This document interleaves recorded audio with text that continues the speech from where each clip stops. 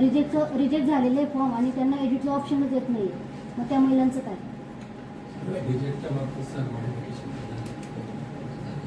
रिजेक्टच्या बाबतीमध्ये मॉडिफिकेशन करणार आहे आणि त्या महिलांना सुद्धा या ठिकाणी लाभ मिळेल, त्याबद्दल त्या महिलांनी निश्चिंत राहावं. बऱ्याचशा महिलांना आरोप केलेला आहे की पुण्याच्या कार्यक्रमात येण्यासाठी महिलांना धमक्या वगैरे देण्यात आलेल्या आहेत.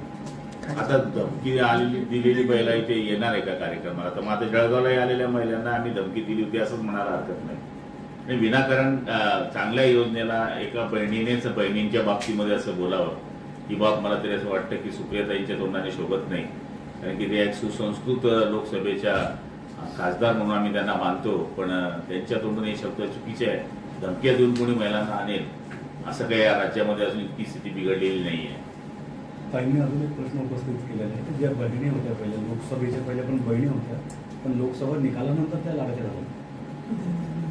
बघा, त्यावेळेस सुद्धा ही योजना अंमलात येणार होती, पण शेवटी प्रत्येक गोष्टीला आर्थिक विषय असतात आणि आर्थिक विषयावर सरकार चालत असतं. आता ह्या योजनेला कमीत कमी 45,000 कोटी रुपये दरवर्षाला लागणार आहे. त्यामुळे सरकारला या गोष्टीचा विचार करायला वेळ लागली. लोकसभेच्या वेळेस केलं असतं तर असं म्हणलं असतं की तुम्ही लोकसभेला बहिणीला पटवण्याकरता ही योजना केली, आता लोकसभा झाल्यानंतर आम्ही ही योजना करतोय, तर आता तुम्ही लाडक्या बहिणींची व लोकसभेनंतर तुम्हाला आठवण आली.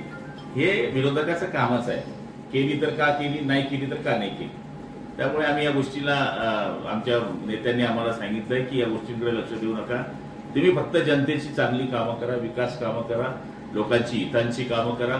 त्या पद्धतीने हे कामं होत आहेत. सुप्रिया सुळेंनी एक आरोप केला की जो आता शासकीय कार्यक्रम घेण्यात येत आहे त्या महिलांना सक्ती करण्यात येत आहे. जर मेळाव्याला आले नाही तर तुमचे म्हणजे तुम्हाला जो खात्यात पैसे येणार नाही असे खासगीत येऊन महिला सांगताय. हे बघा, देवेंद्रजींचं भाषण जर तुम्ही जळगावमध्ये ऐकलं असेल तर त्यांनी आपल्याच पक्षाच्या आमदाराच्या बाबतीत सुद्धा स्ट्रिक्ट बोलले की असं कोणताही आमदार बोलत असेल तर मी खपवून घेणार नाही. असं कुठलंच होऊ शकत नाही. हे काहीतरी भाषणामध्ये बोलावं आणि चुकीच्या पद्धतीने लोक जातील आणि काहीतरी त्यांच्यामध्ये संभ्रम निर्माण करावा. आता एक संभ्रम या जळगाव जिल्ह्यामध्ये काय महाराष्ट्रात झाला, पैसे काढून घ्या नाही तर पैसे वापस जाणार आहे. अहो, जसं कोरोनामध्ये बँकेला लाईन होती तशा पद्धतीची लाईन बँकेमध्ये आत होती. म्हणजे तुम्ही दिलेल्या महिलांना तुम्ही वेड्यामध्ये काढताय, त्यांना बिचारींना काम धंदे बुडवून तुम्ही लाईनीमध्ये उभं करताय. हे पाप आहे, हे पाप आहे. मला तरी असं वाटतं की तुम्ही या महिलांच्या बाबतीमध्ये जो संभ्रम निर्माण केला, पूर्ण बँकेवाल्यांच्या इथे लाईनीच्या लाईनी होत्या. एवढ्या उन्हामध्ये शेतीचे दिवस आहेत, तिचा 500 रुपये रोज बुडवून ती त्या ठिकाणी उभी राहिली. निवांत तिने पैसे काढले असते ना. पण अशी काही अफवा बोललेली, गर्दीमध्ये साप सोडला की महिलांना हे केलं. आता किती दिवस करणार आहे तुम्ही? दरवेळेस करणार आहे काय? आता पुढे आणखी 1 महिन्याने पैसे येतील त्यावेळेस पण असं म्हणणार आहे का? हे पहिले हे करतील. पण मला तरी असं वाटतं की अशा अफवा फैलणं हे चुकीचं आहे. तुम्ही बॉम्ब पाडली नाही, तुम्ही आजपर्यंत कोणाला 5 पैसे दिले नाही. जो देतो आहे त्याच्या बाबतीमध्ये तुम्ही असे जर अफवा फैलत असाल तर हे काही दिवस चालणारा विषय आहे, नंतर चालणार नाही. भाऊ, बऱ्याचशा महिलांना फक्त मेसेज आले पण अकाउंटला पैसे क्रेडिट नाही झाले. हे बघा, एकही महिला सुटणार नाही. त्या ठिकाणी कलेक्टर मोदी बसले, सगळे अधिकारी बसले आहे. उत्पन्नाच्या बाबतीमध्ये, पैशांच्या बाबतीमध्ये जर ती रेशोमध्ये बसत नसेल तर कदाचित ती सुटेल. पण वयाच्या मध्ये ती जर ती 65च्या वरती असेल तर ती सुटेल, ती 20ची असेल तर सुटेल. पण असं बाकी महिलांवर अन्याय होणार नाही. काही महिलांचं बँक आणि आधार कार्ड लिंकिंग बाकी म्हणून ते, आणि बँकेने महिलांना प्रत्येकाला सांगितलं की तुम्ही सेपरेट सिम कार्ड घ्या तर तुमच्या अकाउंटला पैसे असं काही नाही. आम्हाला 2-3 फोन आले. मी 2-3 बँकेच्या एमडीशी सुद्धा बोललो. असं काही विषय नाहीये. सकाळी सिरसोली असं असेल तर मी स्वतः बोलेल, असं नाही विषय. एका ठिकाणी झालं असेल तर बोलूया. बऱ्याचशा महिलांचं म्हणजे बँक बडोदा वगैरे अशा ठिकाणी अकाउंट नाही, पण त्यांना तिथूनही मेसेज आलेले आहेत. आता नुकताच एक नवीन नंबर घेतला एका मुलाने, त्याला बँक ऑफ बडोदाकडून मेसेज आलेला तर तुझ्या खात्यात 3,000 रुपये जमा झाले मुलाला. लाडक्या भावाची योजना पुढे किती तयारी असेल. निवडून येणार नाही म्हणून निवडणुका पुढे ढकलताय असा आरोप. अहो, 14 दिवस निवडणुका पुढे ढकलणे म्हणजे का काही एक पर्व झाले की काय? जी निवडणुकीची आचारसंहिता 20-25 सप्टेंबरला लागणार होती ती फक्त 1 ऑक्टोबरच्या नंतर लागणार आहे. 10 दिवस अरे काय आभाळ पडून जाणार आहे काय?